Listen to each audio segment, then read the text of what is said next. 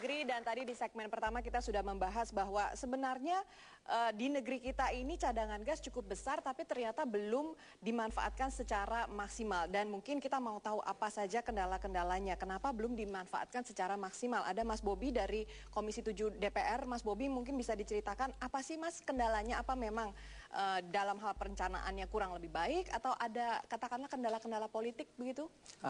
Jadi begini Mbak Frida. Kalau yang dikatakan tadi oleh Pak Herman, itu kan kita mulainya dari Perpres nomor 5 2006 yang mengamanatkan bahwa memang harus ada diversifikasi energi, khususnya mengurangi ketergantungan atas minyak bumi. Nah, kita di legislasi itu sebenarnya sudah ada produknya, yaitu Undang-Undang nomor 30 tahun 2007. Itu jelas di situ disebutkan diversifikasi itu harus. Nah, yang terjadi sekarang adalah regulasi-regulasi yang dibuat di bawah peraturan perundang-undangan tersebut itu lebih sifatnya itu market fine tuning atau koreksi pasar saja, bukan suatu sistem energi yang terintegrasi. Jadi bukan mengantisipasi tapi sifatnya lebih reaktif terhadap mungkin keadaan pasar begitu. Itu sifatnya reaktif, short term dan non directional. Contohnya yang sekarang misalkan BBG. BBG udah MOU sana sini kok kelihatannya nggak jalan, tidak terkoordinasi. Nah, itu karena mereka belum mempunyai suatu planning yang besar. Nah, inilah nanti tugas kita di dalam menetapkan kebijakan energi nasional bersama Dewan Energi Nasional. Ya. Dan kalau di Komisi 7 sendiri kan tidak bekerja sendiri. Tadi katanya ada Dewan Ekonomi Nasional, juga ada Dewan Energi Nasional, kemudian ada Mbak Afi ini kebetulan dari Komite Ekonomi Nasional. Mbak Afi, sebenarnya tugas dari Komite Ekonomi Nasional itu sebagian tentunya kan memberikan masukan kepada katakanlah Mas Bobi begitu ya dalam mengerjakan konsep-konsep yang nantinya bisa diterapkan begitu. Apa ada kendalanya Mbak Afi? Problemnya adalah subsidi itu tidak dikurangin, karena kalau kita mau bicara infrastruktur kita harus bicara pengurangan subsidi. Subsidi sekarang sudah mencapai hampir 300 triliun, sedangkan untuk BBM sendiri ya yang transportasi itu hampir 174 triliun. Jadi 193 triliun ya Mbak Afi? Iya, total 300 tapi dikurangi subsidi listrik kan 80 triliun. Nah, ini menyebabkan sulitnya beralih, di mana akhirnya orang memilih BBM aja lebih murah gitu, sehingga gas ini nggak laku. Itu pertama. Yang kedua, harusnya pemerintah juga mulai bekerja sama dengan mobil-mobil atau produsen mobil. Sekarang nih banyak mobil baru tapi tetap pakai BBM, tidak lagi menggunakan gas ya. Lalu konverter yang katanya dijanjikan akan diberikan subsidi kepada kendaraan umum, itu kan belum semua juga gitu. Jadi menurut saya memang benar harus ada koordinasi dari semua pihak untuk mencapai strategi itu. Nah, jadi kita tuh sekarang baru punya blueprint, tapi blueprint itu tidak pernah disosialisasikan kepada semua pihak yang harus melaksanakan itu. Pak Bobi tadi menyampaikan bahwa kebijakannya terlalu short term, sehingga tadi yang dikatakan oleh Mbak Afi tidak pernah bisa terlaksana karena memang ketersediaan gasnya memang sangat minim, Mbak Afi. Ya, betul sekali. Nanti mungkin Ibarat bisa bicara karena di SPPU-nya sendiri belum semuanya. Itu pertama. Sekarang taksi-taksi banyak yang ngantri karena belum banyak. Yang kedua, memang tadi pilihannya kalau punya masih 4.500 ngapain sih saya harus gas ya. Nah, yang ketiga yang kita lupa adalah ketika ada masalah dengan gas, kan ini ada masalah misalnya Transjakarta pakai BBG ternyata meletus misalnya gitu. Nah, ini orang kan belum yakin dengan apakah itu safe nggak sih buat orang-orang. Nah, ini juga belum ada sosialisasi, beda dengan waktu minyak tanah ke gas. Di situ selalu diajarkan caranya, ada sosialisasi yang cukup bagus gitu. Jadi menurut saya sih yang pertama adalah program subsidi itu sendiri yang harus berani pemerintah untuk mengubah kepada gas gitu. Ini ada yang menarik, kebetulan ada Ketua Umum DPP Hiswana Migas. Ini kan kalau bicara mengenai aplikasi Pak, seperti apa SPBG yang tadinya banyak bukannya makin bertambah justru makin menciut. Apa sih sebetulnya dihadapi oleh teman-teman di Hiswana Migas ini Pak? Yang pertama dari sisi kebijakan dulu ya, kita cermati ternyata ada masalah di pricing policy. Jadi hambatan utama itu adalah harga BBM murah yang disubsidi tadi 4.500. Kedua infrastruktur. Infrastruktur tadi yang disampaikan Mas Tommy itu benar menciut. Padahal kita kan mengetahui bahwa SPBG udah lahir dari tahun 80. LPG itu tahun 70 sudah ada. Tapi milestone daripada konversi minyak tanah ke LPG itu baru di tahun 2007, 2008 yang oleh pemerintah waktu itu. Tapi kan ini keberhasilan yang harus dicontoh dan ini bisa diaplikasikan di dalam penerapan untuk pengalihan BBM ke gas. Utamanya untuk BBG yang untuk transportasi.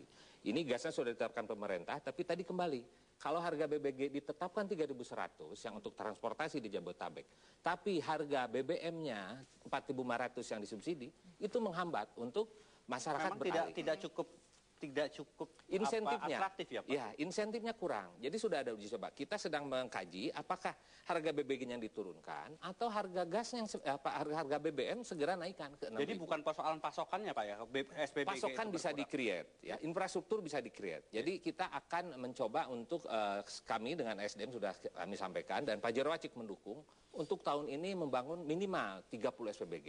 Jadi infrastruktur driven. Lebih baik kita adakan dulu infrastruktur, kendaraan Gaikindo udah siap, tahun depan OEM Astra itu akan membangun kendaraan berbasis BBG. Karena apa? Di Thailand sudah bisa. Jadi Altis, Vios di Thailand itu sudah menggunakan BBG. Kita lesson learn dari Pakistan itu sudah 3,5 juta kendaraan. Ya. Kemudian BBG-nya, SPBG-nya sudah 3.000. Kita berapa? Kenapa Pak? Indonesia Kalau tidak bisa? Angkanya berapa Pak? Ya kita masih kecil. Berapa kecil lah? itu, Pak? Mungkin SPBG kan nggak lebih dari 20. Kendaraan yang menggunakan kendaraan juga belum banyak. Ribuan di angkot, di bajai, kemudian di busway, kemudian kita akan mencoba untuk di kendaraan niaga. Ya, kita udah bicara dengan heavy truck, dengan light truck pabrikan ya. Saya nggak sebut merek di sini. Tapi ini merupakan satu awalan dan satu policy yang arahnya sudah positif ke depan di 2013 ini. Karena tahun lalu kan gagal lah. Ya. Itu tapi Pak Eri seberapa yakinkah kalau misalnya nanti katakan subsidi BBM dikurangi oleh pemerintah atau ditiadakan sama ini harus sekali? bareng-bareng. Seberapa yakinkah bahwa memang penggunaannya akan beralih ke gas begitu? Fungsi DPR sangat penting. Jadi waktu tahun lalu DPR menganulir kebijakan kenaikan harga, terus terang ini berdampak jangka panjang. Karena 4.500 itu mengeliminasi kemungkinan untuk beralih ke energi lain, apalagi ke energi baru terbarukan. Bayangkan kita punya geotermal, 45% cadangan dunia. Kita kan banyak volcano di Indonesia ini, ya kan? Kamojang, Wayang Bindu, Karaha, tapi nggak ada drivernya. Baik. Kita coba sekarang tanya pada teman-teman mahasiswa. Oh, iya. Ya, ada satu pertanyaan, saya ingin tahu seperti apa jawaban dari teman-teman. Mana yang lebih baik? Minyak murah tapi langka, A. B. Minyak mahal tapi tersedia banyak, C. Minyak mahal tapi BBG yang lebih murah dan bersih. Pilihan 10 detik dari sekarang. Diulang. Mana yang lebih baik, minyak murah tapi langka, minyak mahal tapi tersedianya banyak, atau minyak mahal tapi ada BBG yang lebih murah dan bersih?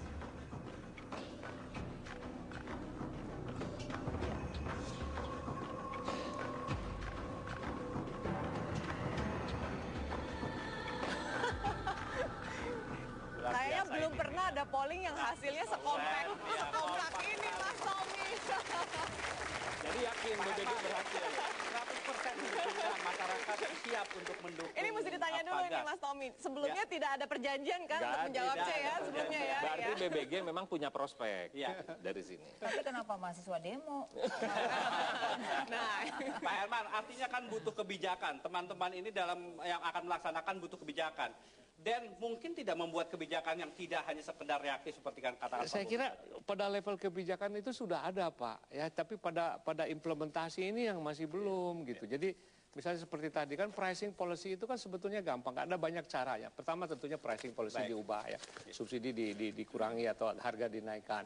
Kedua misalnya diversifikasi dengan gas ya, itu banyak untuk memperbaiki bauran energi itu tadi ya. Ketiga misalnya dengan cara pembatasan dengan ada permen yang baru itu kan, misalnya nomor 1 tahun 2013 bahwa, tapi itu kan semua nggak jalan.